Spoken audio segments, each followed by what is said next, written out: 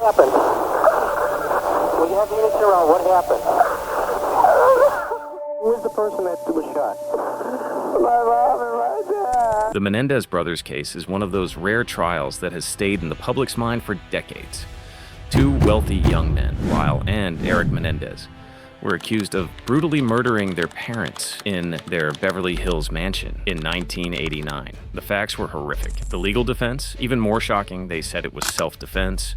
Self-defense usually means an immediate threat, a split-second decision to protect yourself from being killed or seriously harmed. Menendez brothers didn't claim their parents were attacking them in that moment. They claimed years of emotional and sexual abuse, culminating in a fear that their parents were about to kill them, and that's where the story gets messy.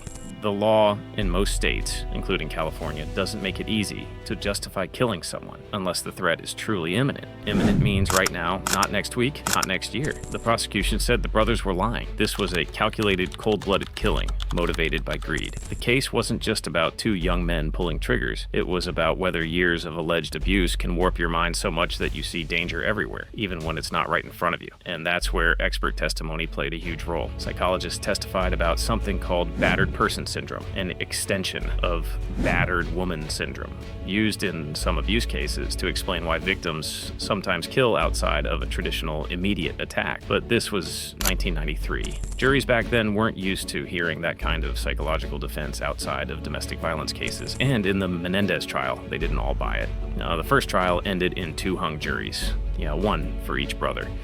That's rare, but it showed that at least some jurors believed the abuse stories enough to question whether these killings were murder or something else. In the second trial, things changed. The judge limited some of the abuse evidence. Prosecutors hammered home the lavish spending spree the brothers went on after the murders. Rolex watches, fancy cars, shopping trips, international travel. They argued this was never about fear. It was about money, control, and freedom. That narrative hit harder the second time. Both brothers were convicted of first-degree murder and sentenced to life without parole.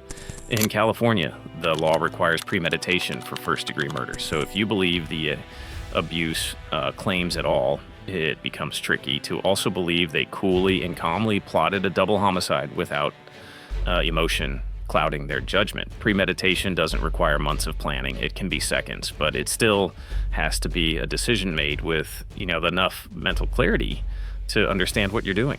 The Menendez defense was essentially saying, yes, we killed them, but we were psychologically broken, living in constant terror, and we truly believed they were going to kill us first.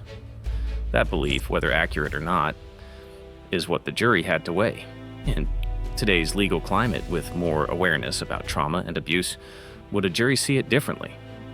Possibly. Courts now take psychological abuse more seriously. Expert testimony about trauma's impact on perception is more accepted. And in some modern self-defense cases, juries have acquitted when the threat wasn't physically immediate, but the defendant's fear was found to be reasonable under the circumstances. Still, the brothers' post-murder behavior is a massive hurdle. Spending hundreds of thousands of dollars in the weeks after your parents' death doesn't scream traumatized survivor to most jurors. It screams motive. And in court, optics matter. From a purely legal standpoint, the convictions fit within California's murder statutes as they existed then. But law isn't just statutes. It's also about how juries interpret human behavior. And that's the heart of the Menendez case. Did the jury make the legally correct call? Maybe. Did they make the morally correct call? That depends on whether you believe the abuse happened as described, and whether that abuse justifies what happened next. One thing's for sure. The Menendez case still sparks debate because it forces us to confront an uncomfortable truth. The line between victim and perpetrator isn't always clear. Thanks for joining us today at Due Process Daily. Throw us a like and consider subscribing to the channel to help us grow.